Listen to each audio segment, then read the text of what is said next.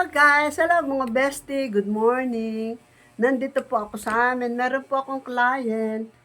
Siya po ang kanyang problema ay frozen shoulder. Kalahating taon na frozen shoulder.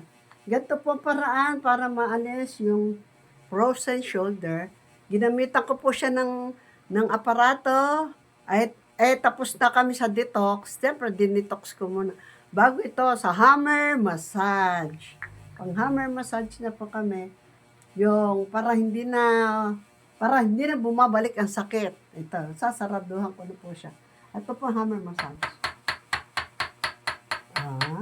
Masarap ba, makilite? Sarap yan.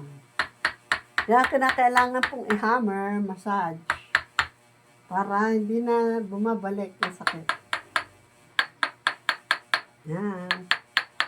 Kaya lahat po yung may gusto yung walang na maalis yung mga frozen shoulder, stiff neck, frozen shoulder, sakit sa balakang. Ito po ginagawa ko at talagang apurbado. Yan. Thank you.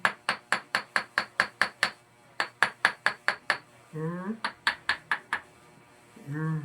Huwag kayong paano pag hindi alam ha.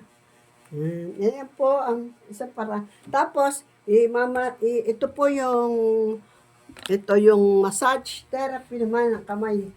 Hilot Pinoy. Yan po. Man. Ang ating gagawin. Yan. Makakatulog po siya ng maginhawa. Yan, ganito po ang paraan para maalis. Yan. Close ko po muna ang video.